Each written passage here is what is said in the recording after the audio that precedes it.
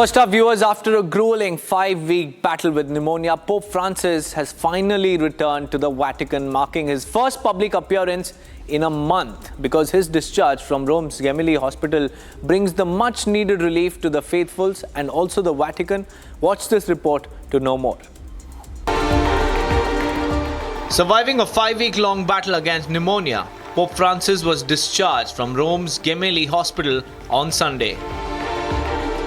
Shortly before being discharged, the 88-year-old Pope made his first public appearance since February 14th from the hospital's balcony.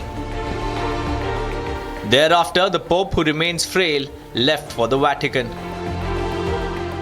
Though relieved from the hospital, according to doctors, complete recovery remains a long way for the ailing pontiff.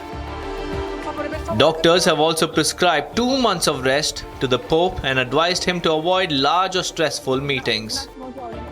The Holy Father, at the time of his admission to Gemelli Hospital, presented an acute respiratory failure due to polymicrobial infection, viruses, bacteria, and mycetes, that resulted in severe bilateral pneumonia that required a combined pharmacological treatment. During his hospitalization, the Holy Father clinical conditions presented 2 very critical episodes in which the Holy Father's life was in danger. The pharmacological therapy, the administration of high-flow oxygen and unassisted mechanical ventilation recorded a slow but progressive improvement, bringing the Holy Father out of the most critical episodes. His return home after the longest hospitalization of his 12-year papacy has brought relief to many who remain critical whether or not the pontiff would make it.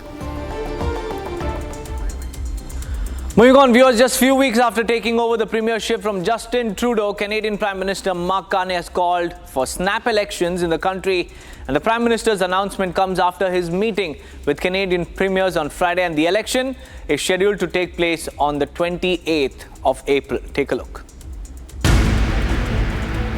Canadian Prime Minister Mark Carney has announced for snap elections on 28 April.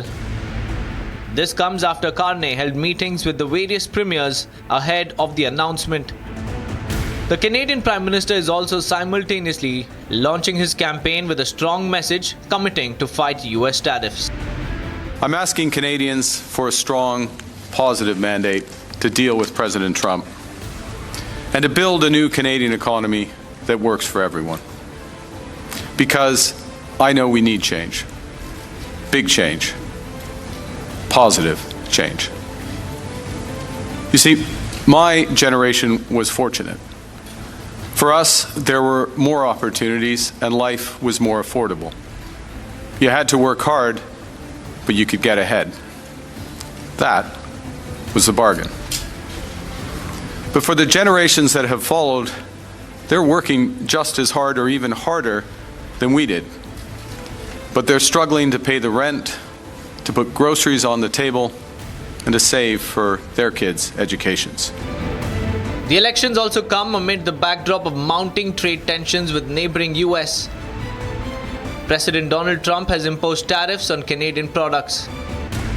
He has even called on Canada to be the 51st state of the US.